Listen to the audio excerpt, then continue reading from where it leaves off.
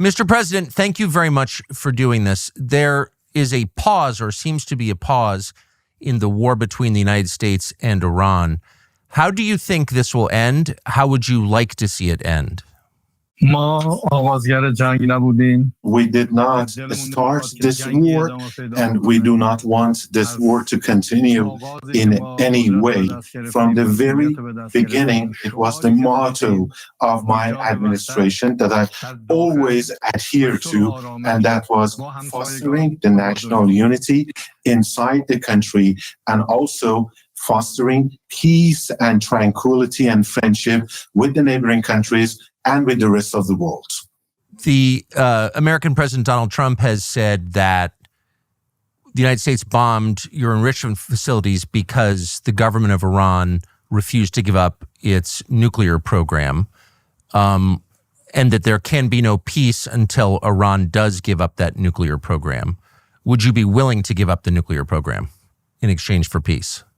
I would like to tell you what has happened, and it was Netanyahu since 1984 has created this false mentality that Iran seeks a nuclear bomb, and it has insinuated that Iran is trying to develop a nuclear bomb in the past, and it has put it in the minds of every U.S. president since then, and to make them believe that we would like to have a nuclear bomb. But the truth is that we have never been after developing a nuclear bomb, not in the past, not presently, or in the future, because this is wrong, and this is in contrast to the religious decree or the fatwa,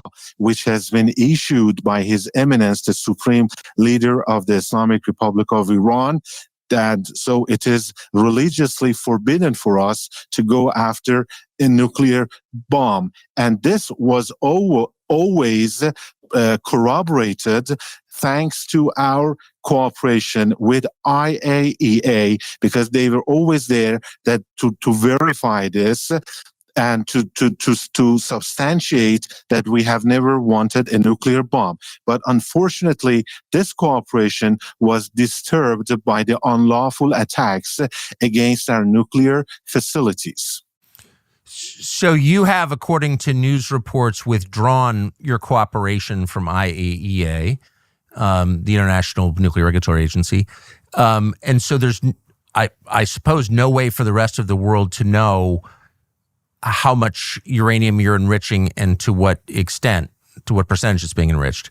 And so is there any way to verify, and would you be willing to allow other nations to verify that you are not building nuclear weapons? Mr. Carson, sir, I would like to draw your attention to the fact that we were right in the middle of holding talks with the United States. And the President of the United States invited us to hold such talks in order to have peace. And we were told during the process of these negotiations and talks that as long as we don't give the permission to Israel, they are not going to attack you. And we were going to have the next round of the talks very soon. But in the middle of it, suddenly Israel torpedoed the negotiating table. We were sitting at the negotiating table when it happened. And by doing this, they totally ruined and destroyed diplomacy. In order to answer your question with regards to the surveillance or the supervision over our nuclear program, I would like to say that we are ready to hold talks over it. We have never been the party that has run away from verification. We stand ready to have these supervisions. But unfortunately, as a result of the United States unlawful attacks against our nuclear centers and installations, many of the pieces of equipment and the facilities there have been severely damaged. Therefore, we don't have any access to them. We cannot see, and unless this access is going to be back there again, we have to wait for it and to see what happens and how much they have been damaged so that we can go for the supervision. There have been news reports that your government believes that the IAEA was spying on the government of Iran and passing information to Israel. Do you believe that? And if so, do you have evidence that that's true that the world could see?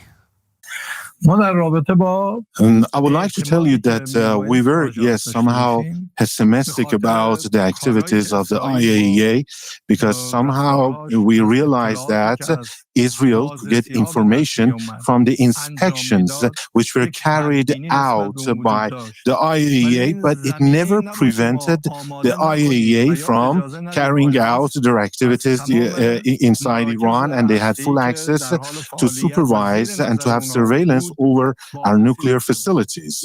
But there was this lack of trust as a result of the last report by IAEA. The type of the report and the way they prepared the report somehow gave an excuse to the Israeli regime and prepared the ground for their unlawful and unauthorized attack against our nuclear facilities. And even after that, the IAEA failed to condemn these attacks or try to anyway to stop them. And this ran counter to the international law, and this resulted in a widespread lack of trust among the Iranian legislators, and the public opinion here. You've suggested that you were anxious to resolve your conflicts with the United States through diplomacy, and that was derailed by war. Would you be willing to restart diplomacy? And could you tell us in general but precise terms the kind of deal you would be willing to accept? You see, I am of the belief that we could very much easily resolve our differences and conflicts with the United States through dialogue and talks. And, the international law could serve as the framework or the basis for a deal in which the rights of all nations, Iranian nation, would be respected. But unfortunately, it was Netanyahu that destroyed these diplomacy and these diplomatic efforts. We have always, we never wanted anything beyond the respect for our rights, rightful rights, enshrined in international law. But as I said, it was Netanyahu that brought unrest to our region and is fomenting unrest and tensions in the region. As I have always said, we have always been after peace. It has been my motto. It has been my belief. It has been my heartfelt opinion that we need to live in peace and harmony during this short and limited time granted to us by God Almighty, to live in peace and tranquility with everybody. And everybody in the world should live like that. But I would also like, on the other hand, to reiterate that our people are capable enough to defend themselves in self-defense during any kind of attack. And I believe that the United States president can very well guide the region and the world to peace and tranquility, or, on the other hand, to lead it to forever wars. Do you have plans to re-enter negotiations with the United States, with Envoy Steve Witkoff or anyone else? And if not, what do you think will happen? ما مشکلی برای مذاکره نداریم. We see no problem in re-entering the negotiations.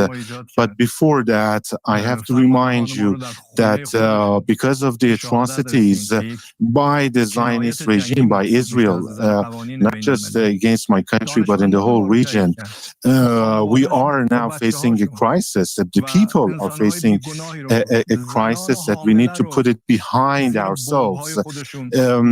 Our commanders were off duty. They were spending the night at their homes with their families, but they were killed. And this is considered a war crime according to the international law, because they were off duty, as I said. Or our scientists were also killed and assassinated along with their families and their wives and their children. They were also killed. Pregnant women, children, they were killed in the atrocities, in the attacks of the Israeli regime. Just because they wanted to kill one single person, they had to demolish and destroy a whole building. And as a result of this, a lot of innocent people were killed. A lot of people were killed.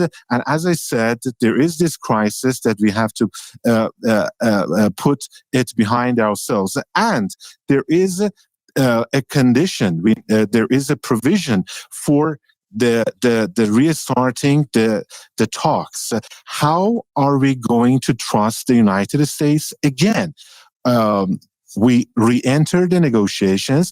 Then how can we know for sure that in the middle of the talks, the Israeli regime will not be given the permission again to attack us?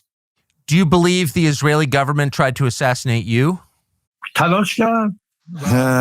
did try, yes. And they acted accordingly, but they failed.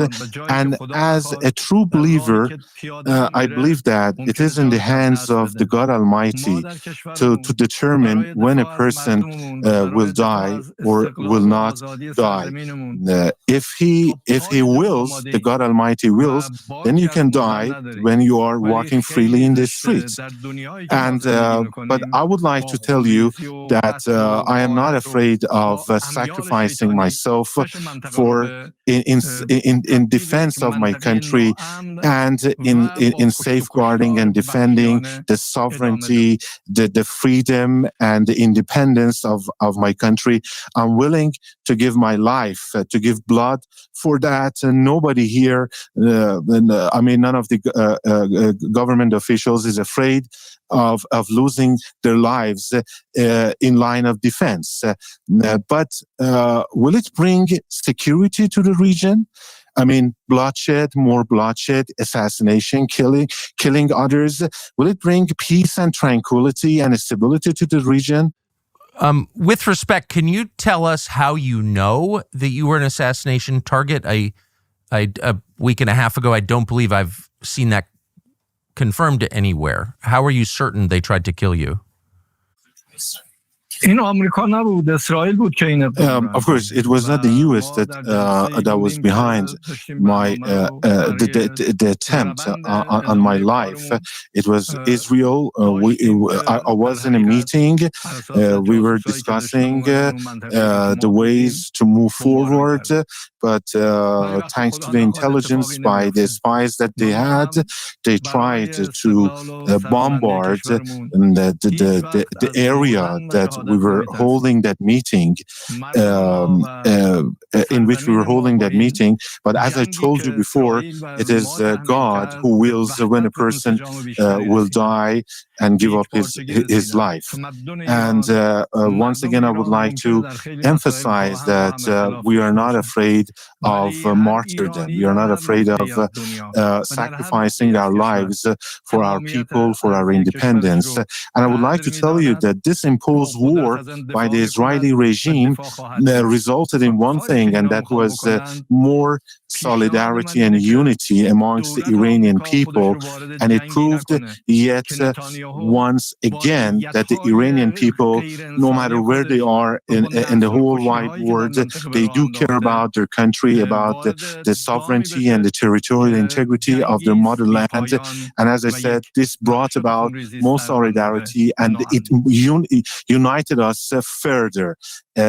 Thanks to this act of aggression by the Israeli regime. My proposal is that the U.S. administration should refrain from getting involved in a war that is not its war, that is not America's war. It is Netanyahu's war that is having its devilish machinations for the whole region. It has its own agenda. He has his own agenda, Netanyahu, I mean, inhuman agenda, and that is having forever wars that go on and on and on. And this is my proposal to the United States, not to be fooled by Netanyahu, not to be dragged into this kind of war.